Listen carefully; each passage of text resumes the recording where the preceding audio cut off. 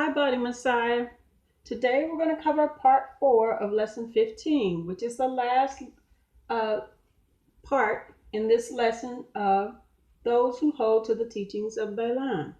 Now, today we're going to focus on the family structure and just by giving some examples regarding how we can strengthen up the family unit and do our best to rear our children. You know, they say it takes a village. When you look at a lot of the countries, for instance, like over in Africa, a village to help raise a child. And what I'm going to do is share a few examples, some from my personal life, uh, and some from other, members of my family or what have you, in their personal life of how we can do this, how we can make sure that we have a unified front when it comes to this structure here of how the mom and dad are to rear their child, okay?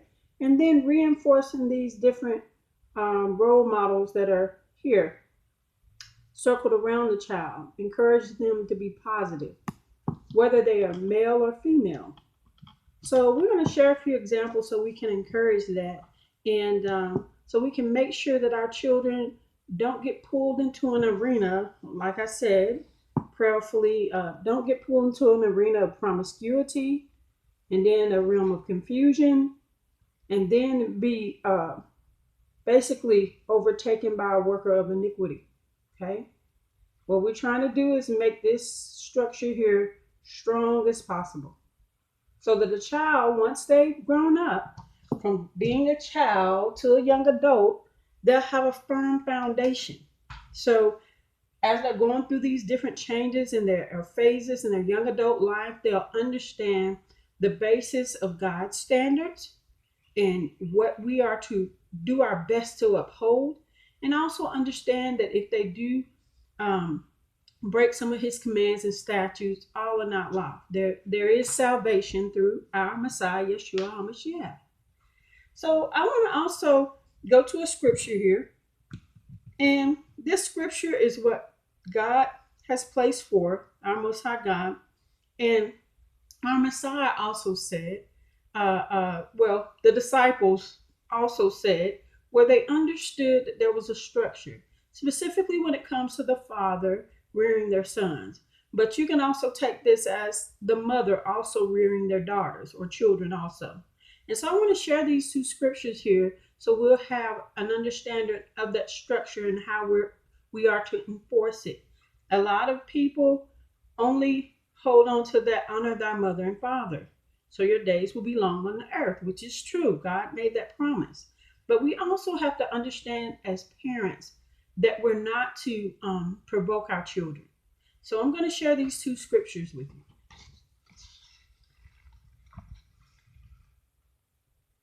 I hope you can see. Okay, the first one is Ephesians chapter 6, verses 2 through 4.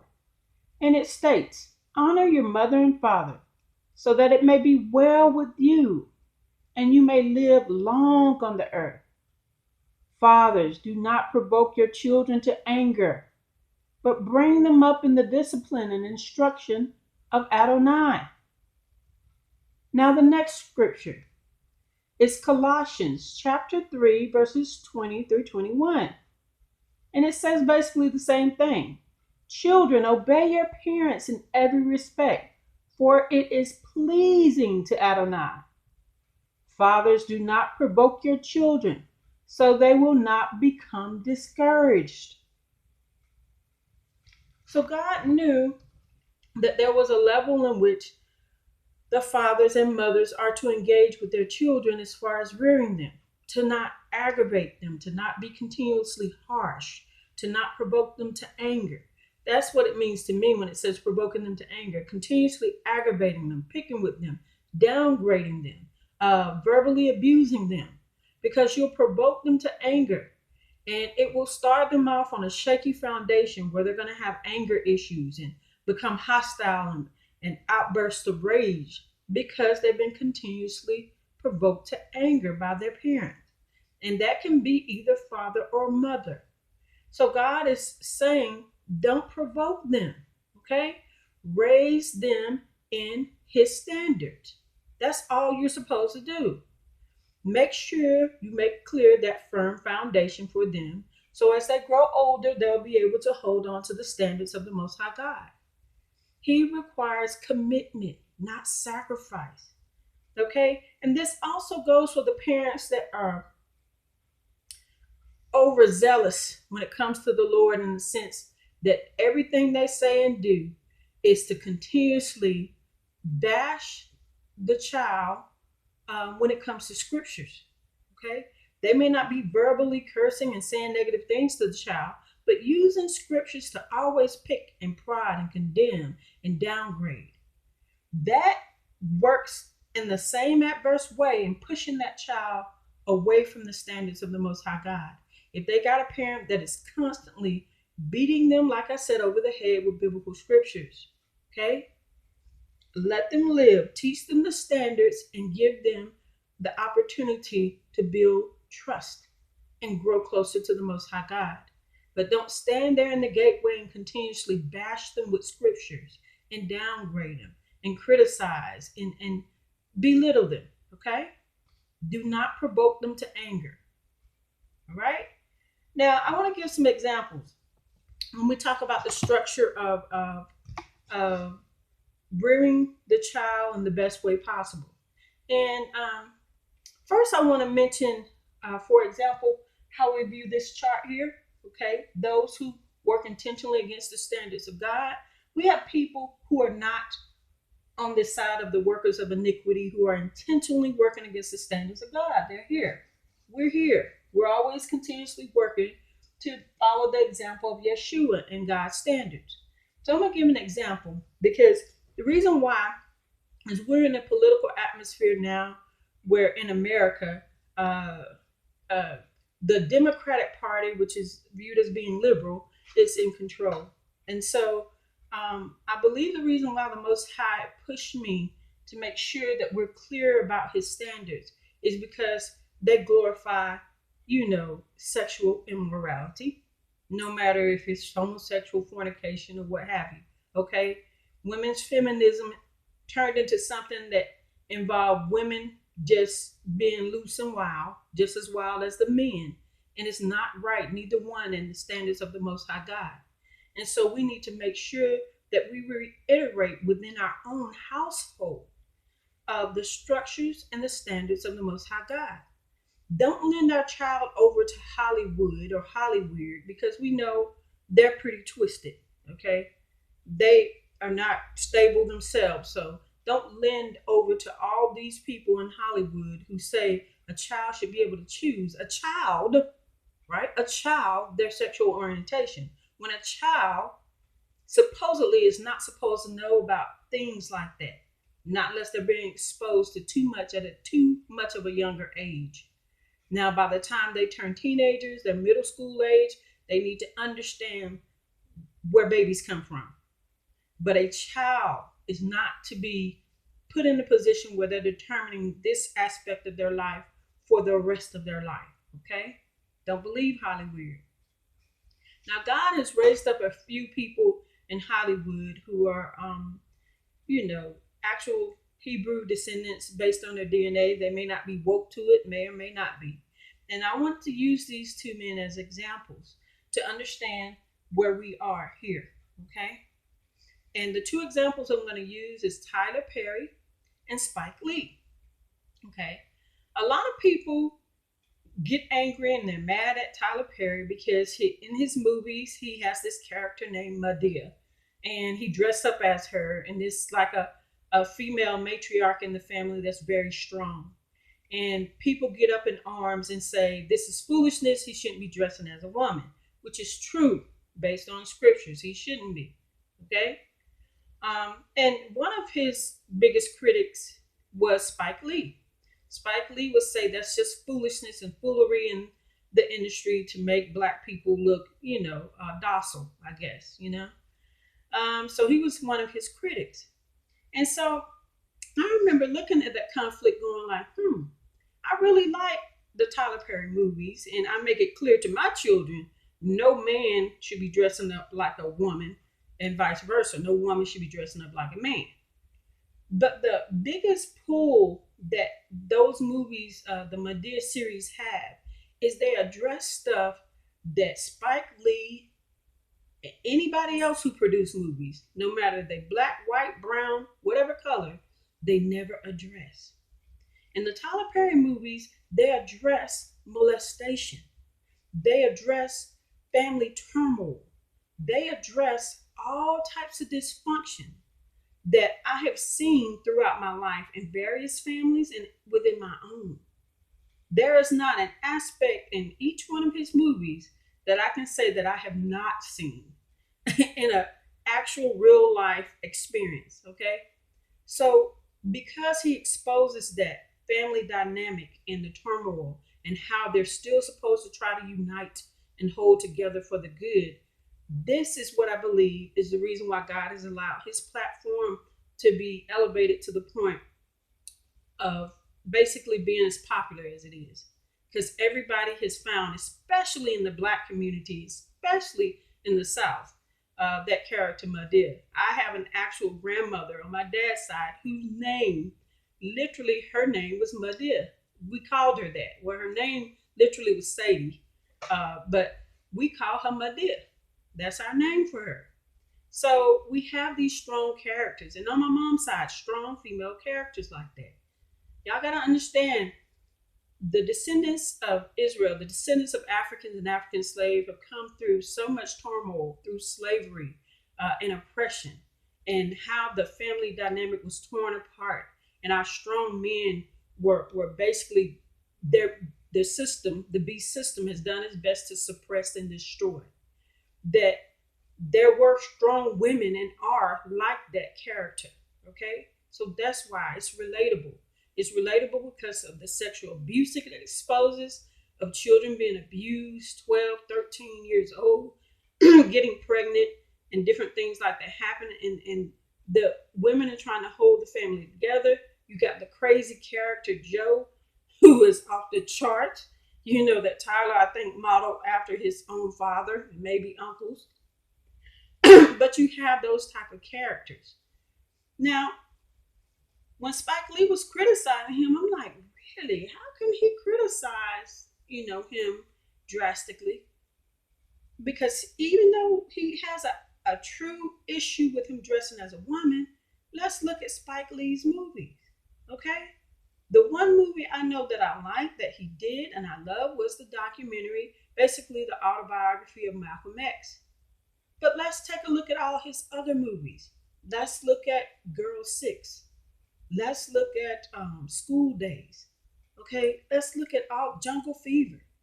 They encourage and glorify a man who's womanizing women and sexual immorality. Okay, so when we look at us being here, we got to make sure that we, body Messiah, hold on to the same standard of God that are the basis. Okay, I don't disregard and kick Spike Lee to the curb, nor Tyler Perry. Now, they've made amends with one another. Tyler Perry bought this huge studio or grounds that used to be Confederate land, and he named some of his stages after different people that he looked up to, and Spike Lee was one of them. So, from my understanding, they've made amends, and the beef, is gone. What have you? But we, body of Messiah, got to be cautious about this. We're here. No one is better than the other person. Everybody is warring to work their way towards this side and stay on this side. Okay? So be cautious of how we rear our children. That's where it starts. When you look at the details of the life of Tyler Perry, you will see how these various characters were birthed out of that. Because he went through some tumultuous things in his life and abuse, physical abuse. Okay? So you'll understand his whole character. Spike Lee, I believe his beginning as a child was more stable, much more stable than Tyler Perry. But I'm so thankful to the Most High God that now they've made amends, that they can move forward in peace. All of us, and both of them, have to keep working towards the side of holding on and upholding the standards of the Most High God. Now, I want to share a few examples of this, okay? in the mindset of not being harsh to your children or provoking them to anger. Okay, a lot of women might get offended when I say, look, we cannot teach young boys how to be men. That's not who we are. That's not what we were built to have. We don't have the parts and know the details and the function. Only a man can teach a young boy into being a young teenager into being a strong young man. Okay? And the same as far as women, young girls. Now, I'm going to give one example here. My oldest brother, his his grandson, I call him his adopted grandson, but anyway, that's his grandbaby. One day we were on the phone and we were talking to each other, and he told the little baby, who was very intelligent, to say, hi, how are you doing? And I said, hi, how are you? And I said, we just were conversating and stuff like that. And I said, yeah, we were talking about somebody getting married. And he said, yep. The little kid, he's 3 years old, said, yep. And when I marry my husband, I'm gonna such and such. And my brother said, what you say? You ain't gonna marry no husband. Listen, boy, you're gonna have a wife one day. Say wife. He said, wife. Yeah, I'm gonna marry a wife one day. He said, you better believe it, buddy. So he checked the young baby. The baby is just 3 years old. He's just getting good at talking. He didn't understand what he said out of his mouth, but it took my brother, who was a strong man, to state that in a way so he would understand. You're going to be a man. You're going to have a wife one day. Okay? Now, he didn't understand that. The majority of his life has been spent around his mother, his grandmother, and great grandmother. Okay? And the way they talk and they emulate and say stuff, he probably captured that because they're females. And they only say, yep, I'm going to get me a good husband one day or something like that. So he didn't know. And my brother kind of quickly, but not harshly or cruelly, quickly corrected the young baby. Okay? And this is what I mean by them understanding, because he sees a male counterpart explaining it to him. He didn't spank him or verbally abuse him or call him names, because he knew he's a baby and he's learning. Okay? Now, I move on to say, I'm going to give an example, of my situation. And God knows I thank God for my husband and strong male figures. I do. Because I had a pivotal moment one time where a couple of my sons were on the track team, and I was out there coming to pick them up from track. And so when we're out there, I noticed some of the girls kind of looking and snickering and giggling, and I'm like, what are they giggling at? And so, when the young boys would come around the track and they're running, all of a sudden it's like all of that business just jiggling everywhere. And the girls were like laughing and snickering and stuff, right? And I just wanted to, keep me near the cross, Yeshua. Oh, help me, Lord. I just wanted to run out there with a towel and just cover up the young men, because in my mind I was like, oh my goodness, that's what they're laughing at, And these young men, including my son. But I calmed down and I was like, I don't want to embarrass my children. I don't want to embarrass my children. Help me, Yeshua, help me. So God had to quickly remind me that when I was young, 15, 18 years ago, when I was out there running track, I was standing with some of my friends who were laughing and doing the same thing. And I was just laughing at the jokes they were cracking too. And it was like, hey, it's going to be okay, But anyway, when my sons come and they get into the car, and I'm just like, in my mind, like, what do I say to them? Kind of in panic mode. And I'm like, oh Lord, I got to tell my husband, he got to talk to him, because I don't know what to say, right? And so in my nervousness, I said, y'all, we got to talk about, your dad's going to talk to y'all when you get home.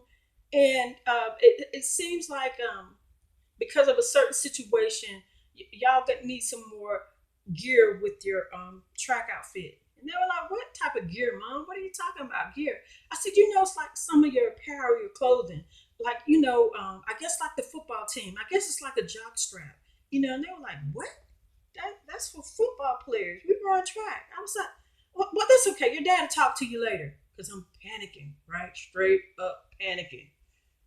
So later on, lo and behold, I tell my sons, look, go in there and talk to your dad and tell him, that y'all need like a jock strap or something for track, because I'm still in my ignorant mind thinking that's what they need. Anywho, my husband comes back and is like, baby, why are they asking me about a jock strap? That's for football. I said, well, they need something, like when they're running in track, so their business won't be everywhere. And so he just kind of looked at me and like, okay, and went on, right? So the next day, because my husband had a long day at work, he slept the next day, and on that Saturday morning, I was like, baby, you need to get up and talk to them, and he was like, hey, babe, I'm so tired, I'm asleep. I'll figure it out soon. Just let me rest. And so I just let him rest. So lo and behold, he gets up, a few hours later, and we were going out in the yard to do something, and then, but I came back in, and I was watching TV, and he was sitting down there, getting some of his equipment that he had that he was going to put back in his truck. And so as he's sitting there, my one of my sons walk up, and they wear pajamas just like everybody else wear pajamas, but my son is telling my husband a joke. He's like, Dad, let me tell you something. This da da da happened, and this and this. Now listen to this part of the joke. And so as my son is talking to him, my husband is sitting there listening, like, yeah, yeah. And then all of a sudden my husband's like just kind of looking at him and looking up at him and looking at him and looking up at him. And I look at him and I'm looking like, and my child is innocent, don't have a clue, but the jiggling is happening. I'll put it that way. So basically, my husband listens to the joke as much as he can muster, and he laughs. Yeah, all right, yeah. And so my son walks off, and talking to his other siblings, and so I'm looking at my husband. I'm like, I was trying to tell you. Anyway, my husband, I said, I told you they need a, you know. He said, babe, they don't need a jock strap. That's not what they need. I said, well, you handle that. I have no clue, babe. Anyway, my husband goes and he's like, hey, y'all come here. He calls our sons over, and he's like, look, today we're gonna go shopping today or tomorrow, okay? And they were like, why? Y'all heard what I said. We gotta go shopping. It's to go get some of the, we as men, young men, we have to go get some things. And so we're gonna go shopping tomorrow. And they were like, okay. And then went on. So what they needed to have was something called boxer briefs. I didn't know that because I'm a female. I don't have to deal with none of that. Thank you, Lord. Anyway, we have to have these strong male figures around in order to gird our sons up into what they're supposed to be in the eyes of the Most High God. Now, a lot of people will go, well, some young men, maybe they're just feminine, maybe they're this. Okay, I hear you. But we got to give them a firm foundation and give them an opportunity so that by the time they reach this stage, they're clear and fully aware of all aspects and all avenues. Don't believe Hollywood and have Hollywood making you think that a child can choose their orientation, because a child is not knowledgeable about everything. Me as a grown woman was not knowledgeable about every aspect of the male, okay? And what they're needed. Now, on the flip side, we can look at situations, with young girls. I remember, I played all kinds of sports, and my mom, she did that with me and my sister. When my sister came up playing sports too, our mom, it would come a point in our lives where we're so comfortable just wearing, the same old jeans or jogging pants and things like that because we're athletes. But our mom would make a statement like, look, I want y'all to understand, don't get too comfortable always wearing these jogging pants and raggedy this and that and cut off jeans. I had little girls. I had young girls who were going to be young women. I did not have boys. And in that note, it was on code and point, like, Like, as you guys can tell, I'm not the most, I'm kind of rough around the edges even still, but I've done my best that I could for my capability to make sure that I reflect femininity, okay? Because I don't want nobody to get it twisted, you know. And so it takes a strong woman to make it clear, but not to bash and abuse and be verbally bullying towards that child. Okay, she made it clear, and I asked my mom, "Well, how do you do this? How do you do that?" I've never been a person about makeup, as you guys can see, because it bothers my skin for me. Maybe I haven't found the right brand or whatever. But I'm thankful to God that my skin is not too bad to where I have to wear it. So I'm just thankful to Him for that. Now, I want to say this: women, we have to do our best to gird up our men because they've gone through a lot of hard things. We have to. But I just want to say it from the perspective that a lot of times people always come from the perspective, oh, poor women, this, we've done this. But I've seen our women do some treachery too. So I'm just saying this as a side note that we have to help encourage our men. We have to encourage them for the glory of the Most High God. They will, in response, will encourage and uplift us also.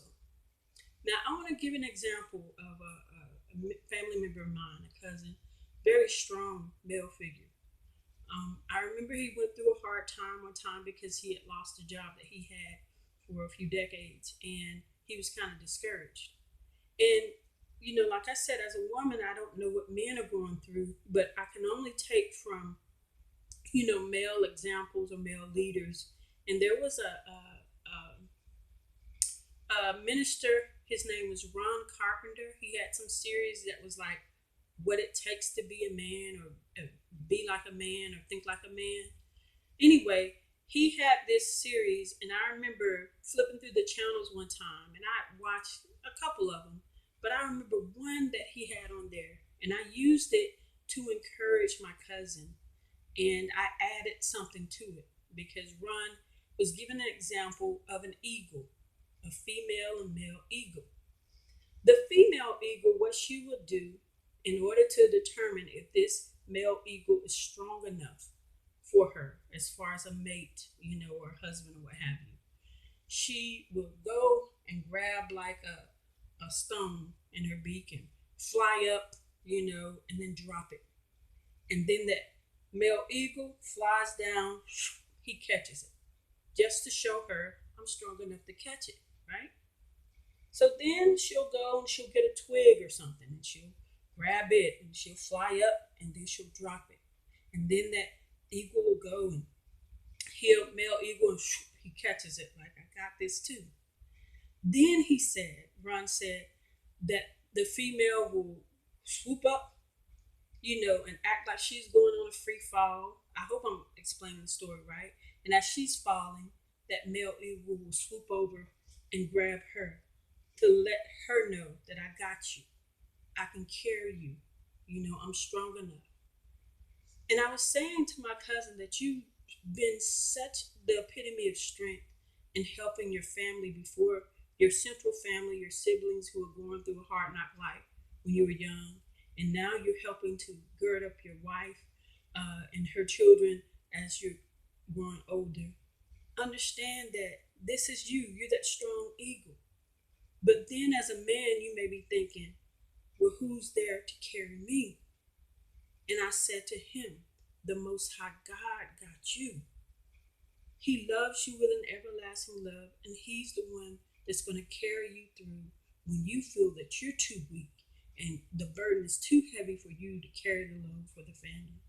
He got you. He loves you with an everlasting love, and He is going to carry you. That's what He said throughout His scriptures.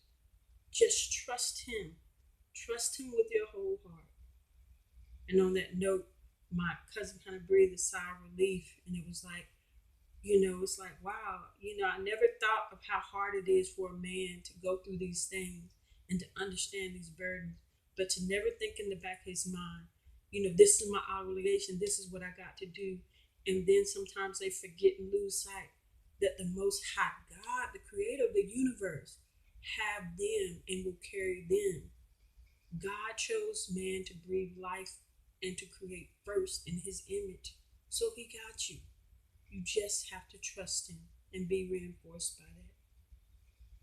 Little body Messiah, this is the end of part 4. I just wanted to give those encouraging words that we have to work together as a unit, both male and female, for the glory of God's kingdom, in order to give our family a fighting chance, especially our children.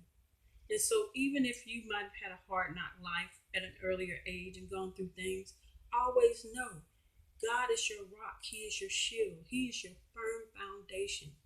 Just give Him a try and trust in Him.